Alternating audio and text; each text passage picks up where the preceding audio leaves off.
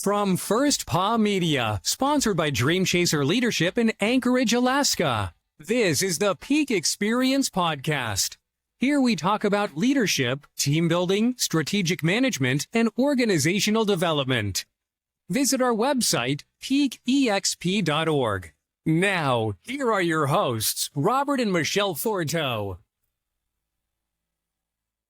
Hello and welcome, everybody. This is Robert, and you're listening to the Peak Experience Podcast. And today I'm joined by my co-host, Dr. Latoya Skinner, calling in from North Carolina here in the United States. She did her doctorate project on communication in nonprofits. And for those that don't know, I did my project on transgenerational succession in the family firm, focusing on female leadership. And we're really going to get into the nuts and bolts of our study in terms of what we're looking at in the next couple of episodes. We're about halfway through our podcast series. We've talked about research questions. We've talked about the purpose. We've talked about literature reviews. We've talked about framework. We've talked about all that stuff. Now we're going to talk about who we're talking to and why. So this is all about sample populations and how we figure out who we're going to talk to collect data. So I have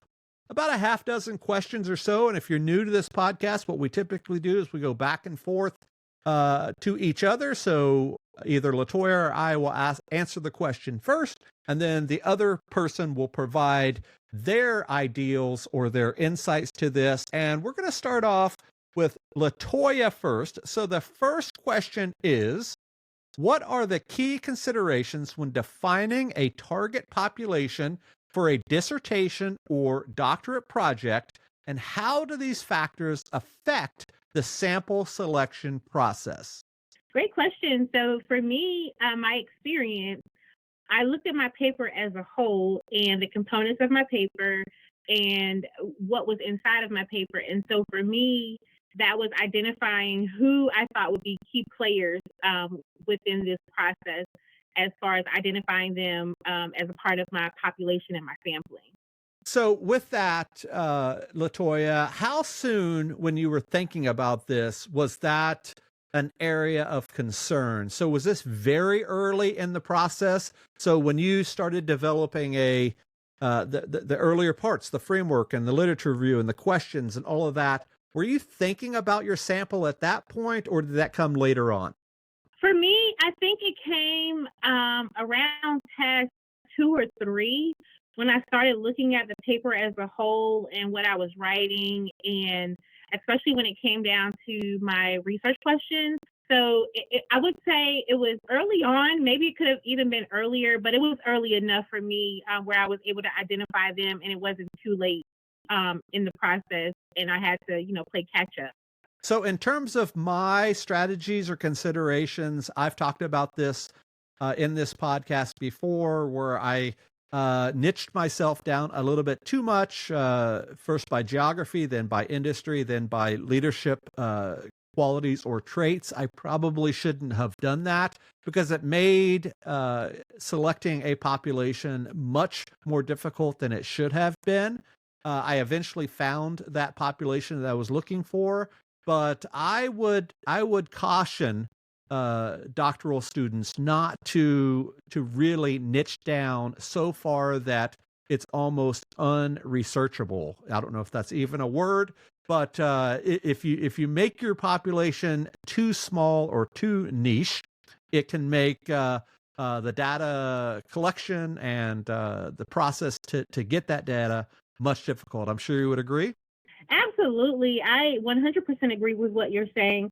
I think that it is important to just kind of know what it is that you want to do. Like for me, my experience with this was looking at who was a part of the organization and breaking them down into categories. And that was my population. So just being intentional about what you're doing in that process, I think is very helpful. And it makes it easier on the researcher.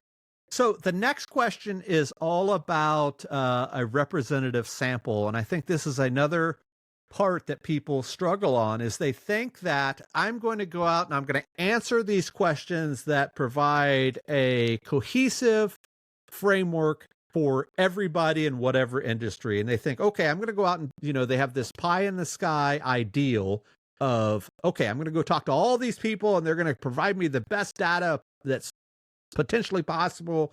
And I'm going to write this killer paper that answers all the questions. And I think a lot of people struggle with this. What did you do to kind of narrow it down to make sure that it was a representative of a broader audience or population, broader population, not audience? Yeah, great question. So I think for me, I looked at who the leaders were and how they identified as leaders. And so kind of basically creating a subset.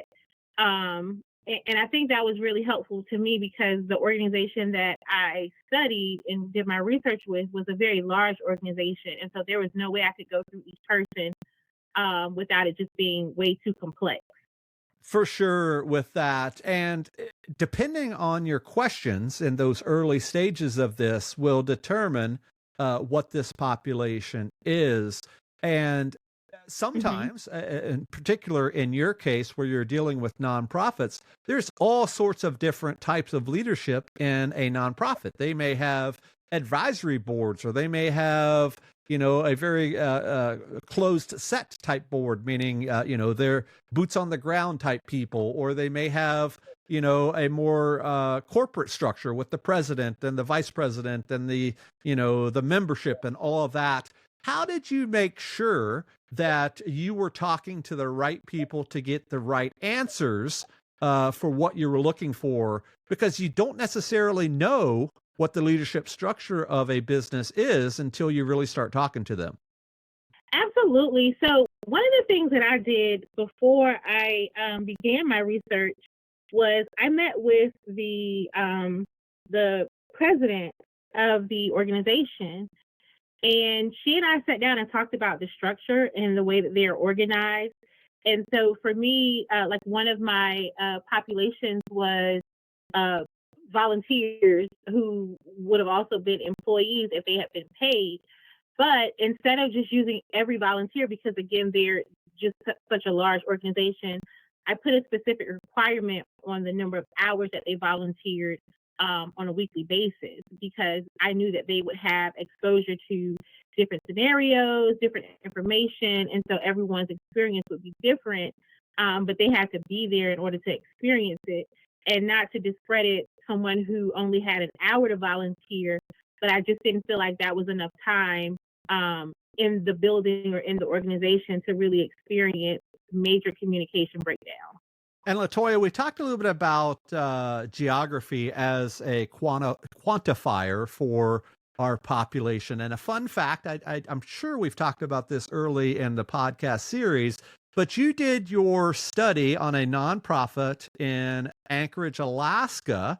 And for folks that do not know, I'm living right outside of Anchorage, Alaska. Latoya and I have never met. I'm excited to meet up with her for the first time at graduation coming up in a few months. But how in the world did you go so broad in your search to come up with a company here in Alaska?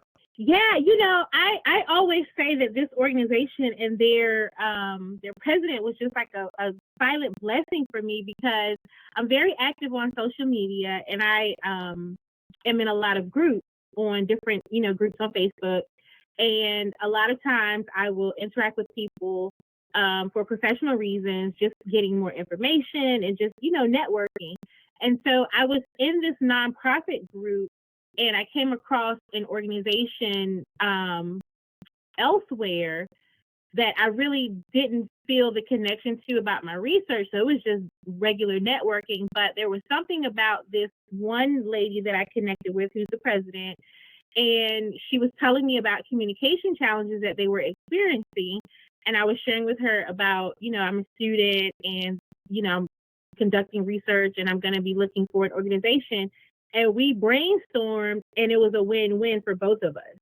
Wow, that is amazing. I can only imagine what the differences were in this type of project, even 5 or 10 years ago compared to what we have now. I mean, literally, we have everything at our fingertips with social media and the internet and carrying around computers in our pockets and all of this stuff. I can only imagine what the generation before us had to do to reach these same struggles. I'm sure it was surmountable.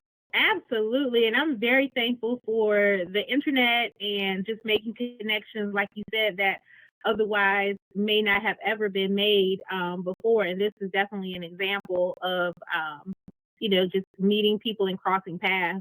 So let's jump into the next question. And this is a very interesting one because I think a lot of students in graduate studies, whether they're doing master's work or doctorate work, do not pay enough attention to bias. And as you know, if you're listening to this, you have biases about everything. You have an opinion or an ideal of just about everything that you interact with on a daily basis. And in academic research, bias is a really big deal. So the question for you, Latoya, is how can researchers address potential biases in sample selection, and what steps can be taken to mitigate these biases during data collection? That's a really good question. I think for me, when I had this conversation, it's really complex for me. When I had this conversation with my chair, we talked about purposive sampling and making sure that things were more at random. And clearly defining like who you wanted your population to be. Because again, just from human nature, it is easy to develop an opinion even when you don't intend to. And so you have to be very careful not to straddle that fence when you're completing your research, because it can definitely skew your results, and then you have a problem. So I think for me, purposive sampling is something that is something that was very helpful to me. And a key to this is confirmation bias. And I think we do that a lot in our daily lives. We're looking for the answer that best supports our ideal or our view. And we see that all the time. And, it's sort of that whole ideal of, this is your tribe, this is your group, this is your network. And you're kind of attracted to these groups because it's a like-minded way of thinking. And that could be in anything, whether it be business or religion or parenthood or finances or whatever. We look for people that have the same ideals that we have, and that is bias. If you're going into this from a research perspective, you cannot go down that process trying to answer your question that you already know the answer to.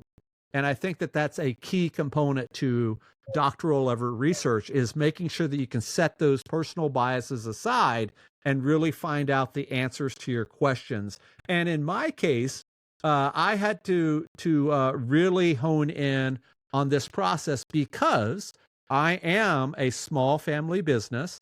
We are thinking about succession, and we do have a daughter that is going to contemplate taking the business over, which was the research project that I was looking for. So I was looking for a little bit of a confirmation outlook, but I wanted to make sure that when I studied this population, this sample, is I did not find the answers to the questions I had about my own particular business. So I did not.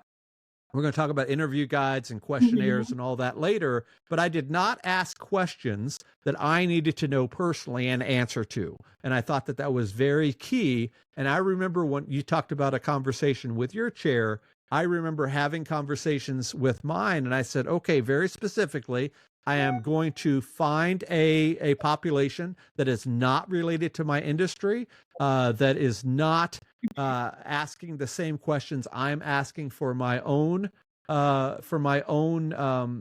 information, if you will. And I had to make sure that that was always front of mind when I thought about this, because if it wasn't, that's where confirmation bias came in. Do you have anything else to say on bias? Yeah, I think everything that you said is very true. And I think for me, again, having experiences with poor communications in the workplace, i.e. nonprofit, I had to really make sure that I stay neutral and just listen to the information. And even, early on in my research, there were themes that were developed from stories told that were very identical and similar within their organization, but also being able to exclude myself from relating to what they were telling me as an experience. Very good. Okay, Latoya, we're going to jump into probably the most controversial topic in our program at Liberty University, and that delves in with the Institutional Review Board, or IRB. And my goodness, I have not seen so many problems in any other stage than this one. It caused so many issues that they literally changed the program in the middle of when you and I were going through the process. I know both you and I went through IRB. I thought it was a good thing. I thought it was very interesting to figure out the pieces to that to make sure we were approved. And I think that everything that they did in that approval process was relevant, in particular to privacy and confidentiality and all of that. I thought that was so important to our study. And of course, both you and I were not studying a population that was at risk at all. And those are typically, for example, it's drug addicts or prisoners or mental illness or things like that are troubling audiences to sample. I don't think you or I had that. So the question is ethical considerations. What ethical considerations should be taken into account when developing a sample population, particularly in informed consent and participant privacy? So for me, like you said, the populations that we had did involve like medical history or sensitive information, maybe confidential information, depending, but nothing that had to do with, a legal aspect. And so I think, to your point, the IRB with our school definitely tries to create a security blanket around researchers and those participating to keep everyone out of trouble, basically. But I think for ethical considerations, for me, I wanted to make sure that I didn't do anything that would disrespect or cause any type of character concerns for the organization that I researched with, because they are very well known in their area. And so sometimes, you get a lot of companies that will not be willing to work with you for the sake of maybe their reputation. So I was thankful that this organization was willing to work with me. And so one thing that I had to do was make sure that whatever I did, it was a reflection of not only them and myself, but also of Liberty. So I think when it comes to ethical consideration, it's just making sure that, whatever the impact is going to be from the research, that it's something that is useful, but also finding a way to be professional in what you're doing and just making sure that you don't damage or have a negative impact on their reputation overall. For me, I think when it came to the people that the population that I had, and just making sure that they were legitimate volunteers, leaders, and those who receive services. And actually, the list that I received was provided by the organization of people to contact, which was an exhausted list that they provided. And so there's a trust factor that goes along with that, and just making sure that you maintain that relationship both ways. So before I answer, Latoya, 2 follow-up questions for you. Number 1, were you glad that you went through the IRB process? And then number 2, how important was that process to you? Did you learn enough that you thought, okay, I'm glad I did this, or not glad I did this? Do you think it was a key component to your doctorate project overall? I think it legitimizes the process. I think it's an extra step that definitely legitimizes the integrity of the project itself, and also you as a researcher. Was I happy to do it? Not really, but I think it's something that protected myself as a researcher as well as the organization that I work with, because they entrusted in me to do something that yielded results that may not have been very nice, or, whatever the results were, it wasn't unprofessional in the way that I presented the work to them. But I think that the IRB process, while sometimes challenging and difficult, it definitely provides legitimacy to the research being done. I agree with that. And I think it is such an important part of a program like this. And like you said, it does provide some legitimacy, but it also provides a heck of a lot of guidance. And I remember going through that process where they had to make sure that your recruitment letters lined up, and your consent forms, and how you're going to collect that consent. Was it going to be by email or by like a Google form or something like that? How were you going to collect this information? And I think it provided a lot of tools that I didn't necessarily think about, because as a business owner, typically I will go meet with other businesses and I'll just say, okay, hey, let's sit down and talk about ABC. And I'm not too worried about, consent or privacy or things like that, just in a normal day-to-day conversation with a business. And I think it provided a very clear guide to follow to make sure that all those I's were dotted and those T's were crossed.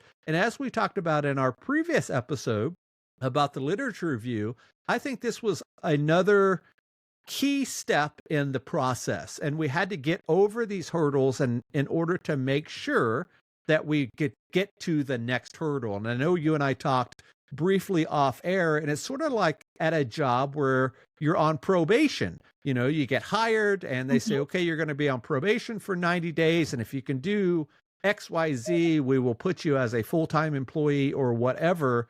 And I think a doctorate project, at least on a professional doctorate level, not necessarily a PhD type where you have an advisory board and, this whole deal. It is these steps. You have to get over these humps, these hurdles in order to proceed, because so much of this stuff is done on our own.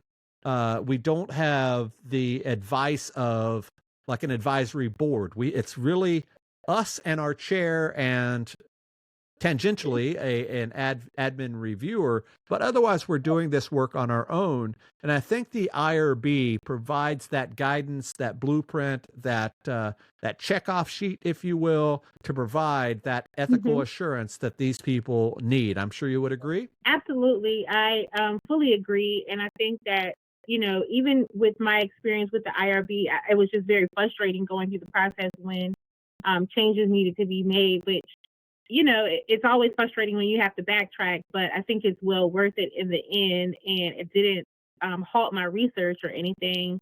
But one of the things that I did change, I was thinking about this when we were talking. One thing that I did change that I can recall is my forms. And I didn't realize that digitizing my forms and making them electronic would be better. And so initially when I presented my form to the IRB, it was in a manner for the participant to like print out and sign and then scan it back. And so I didn't realize how much of a hardship that was. And so I identified that and then submitted that to IRB so that I could change my forms to electronic forms for the consent forms.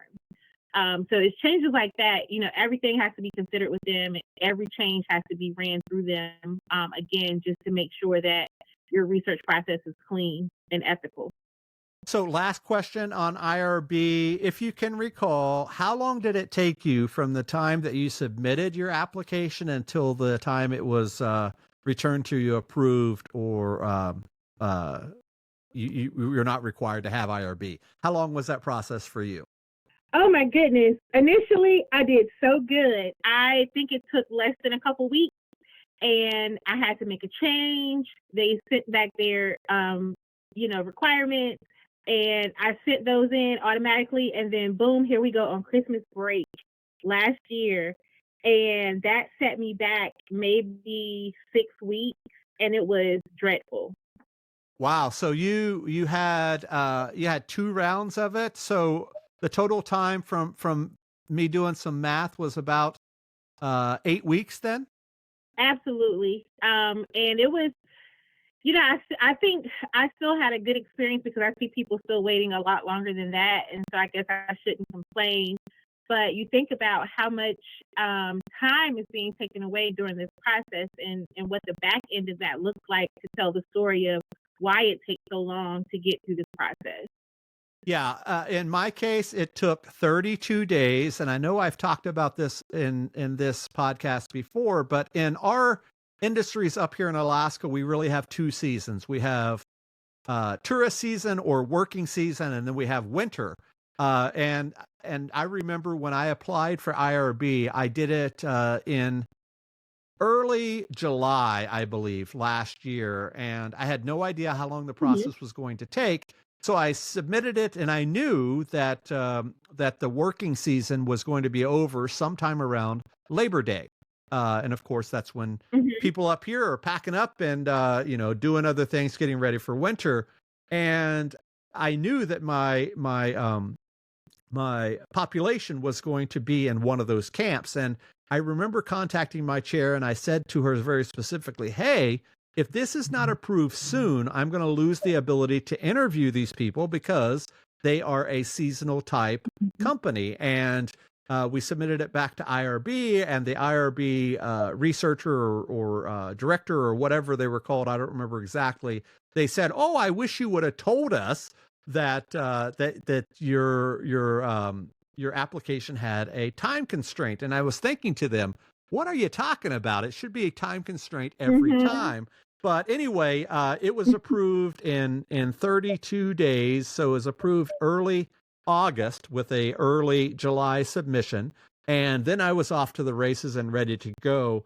But yeah, it was a process that was interesting to go through, and I think definitely was a huge learning curve. And like you said, it was so much easier once we were given those tools. Like you said, the consent forms as digital makes so much sense when they told you, "Hey, why don't you do this on Google Forms or something like that?" And I thought, my goodness, yes, that was so easy to send in the link, and they do a couple of clicks and it collects their response, and there you go. So I think that was so helpful to that. But yeah, this is a huge struggling point for a lot of people. Okay, Latoya, we have two more questions here. The next one is about recruitment, and that is, what challenges did you have related to the access of recruitment of participants, specifically in populations that are hard to reach? And I bring this up to you first because I know that you had a struggle here with your process. You went to a population and spoke to them and then submitted it, and they said, "Nope, you need a little bit more." Briefly tell us that story and those challenges to recruit participants. Yeah, so my challenge with recruiting participants came internally from the organization, actually. If you recall, I mentioned that I was provided an exhaustive list of volunteers with different notes about roles that they played, whether they were, a board member, which was considered a leader in my research, or if they were a volunteer who volunteered a couple hours a week. Again, I required like 5 hours a week, just different capacities, different notes. So a lot of the challenges that I experienced were incorrect information, contact information, and reaching the people.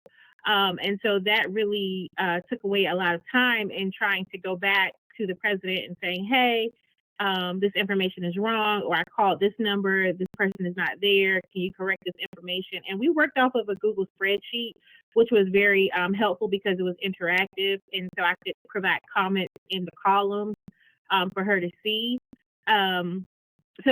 And then from there, when I was able to get people scheduled, there was a lot of schedule changes, and so that created another barrier to me being able to smoothly go through with the participants.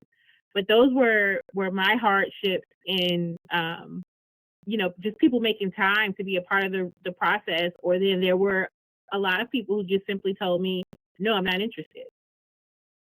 Yeah, and I had two very distinct problems with recruitment. And the first of them was finding an organization that was able and willing to work with me. And I struggled with this so long in the process. I did not know exactly how to go out and find a company that would be willing to work with me. And I remember something popped up and they said, well, how come you just don't go down and join the Chamber of Commerce? And I'd been a Chamber of Commerce member for many years. When we were in Denver, Colorado with our business, we were very active. We went to all of their little networking meetings and all that. But up here in Alaska, Anchorage is an hour and a half on a good day. So I thought, that's not a very good idea to try to go to all these networking events when we live in the middle of nowhere. So we did not join.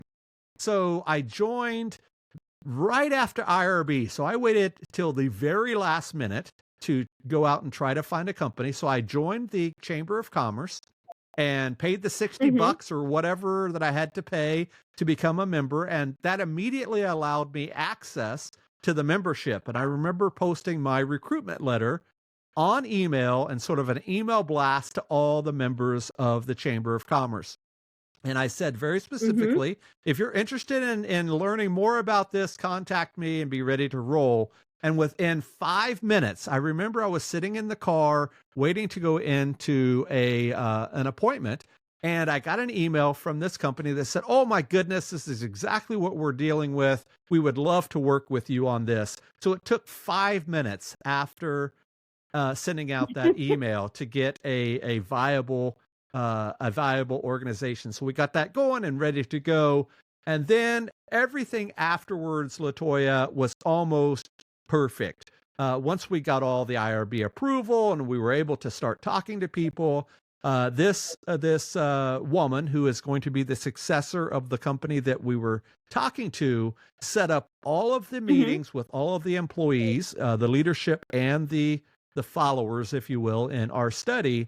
And we did all of the interviews over 2 days on Zoom. So all of my data collection and everything was done in about a 48-hour period because everything lined up so perfectly. And I don't know if it was a godsend. I don't know if I was just in the right place at the right time, but I am sure that people have struggled a lot more than both you and I. I 100% agree. And even, with the challenges that I experienced, it still wasn't as hard as, like you said, someone else, because I had access to the president. She helped me out a lot with getting the information and contacting people. And then, I was able to get people scheduled. And, it only took me maybe an hour, 45 minutes to an hour with each person because they were very direct, very straight to the point. And so it was really helpful that I didn't have to necessarily pull information from them. They were all willing to tell the story. All right. So last question here, and we're going to do something different. This is a key component of a lot of podcasts, and I don't think we've done this before on this one, but we're going to do a little bit of a cliffhanger. And I think this is going to be cool because the question is about engagement. So I'm going to ask you the question. We'll both answer it. And then we're going to ask this same exact question on our next episode, which is all about data collection. So here is the question. What techniques can be employed to monitor and maintain participant engagement throughout your study, ensuring a high response rate and quality data collection? And let me preface this a little bit, because right now here on the podcast, we're just talking about recruiting the population. In our next episode, we're going to talk about collecting the data. So what did you think about going into this process of recruiting to make sure, I think I can keep these people engaged? And then how was that process? And then just sort of leave it there. And then we'll talk next time about whether those ideas worked for you at the actual interview.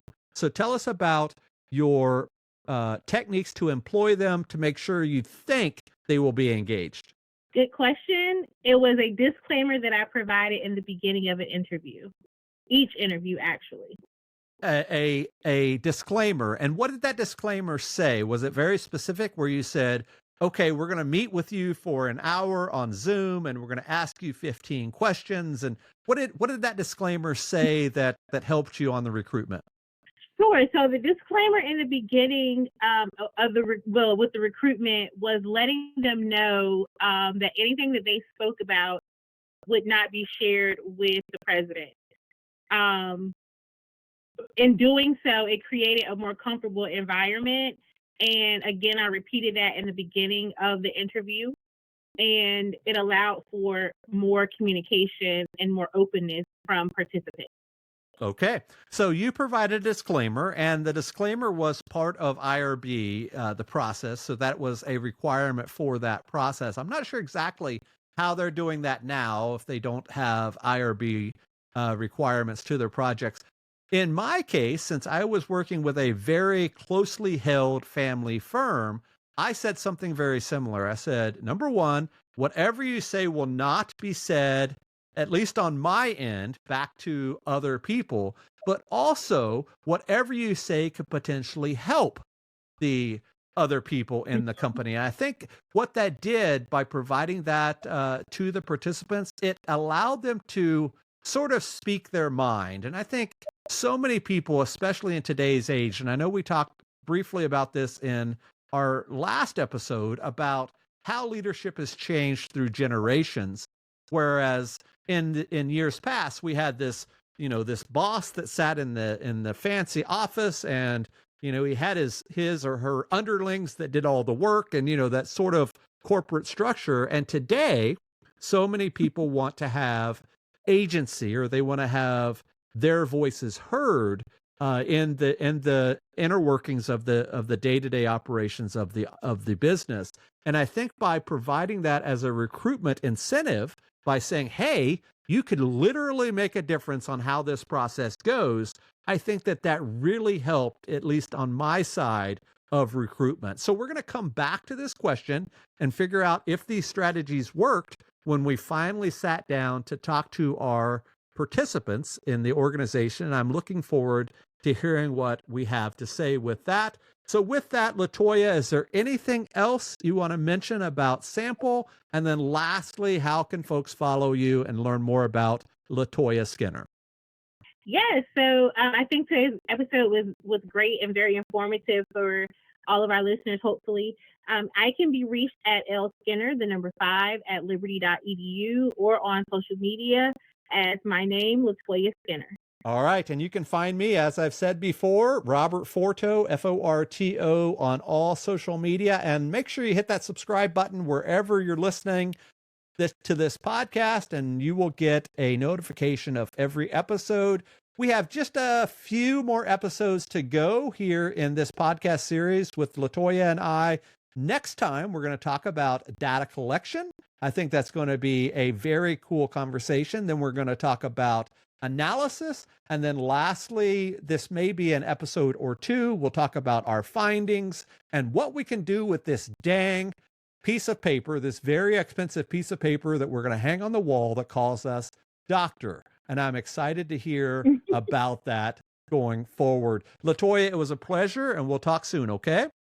Likewise. Thank you. Thank you. On behalf of my co-host, Latoya Skinner, this is Robert for the Peak Experience Podcast. We will see you guys next time. Goodbye. From First Paw Media, this is the Peak Experience Podcast. We hope you enjoyed this podcast, and we invite you to subscribe in Apple Podcasts, Spotify, Stitcher, or wherever you get your podcasts. You will find a link in our episode notes. You can tap or swipe on the episode cover art, and you'll see some offers from our sponsors. You can support our show by supporting them. If you like what you have heard, we would love it if you would give us a 5-star rating and tell your friends how to subscribe too.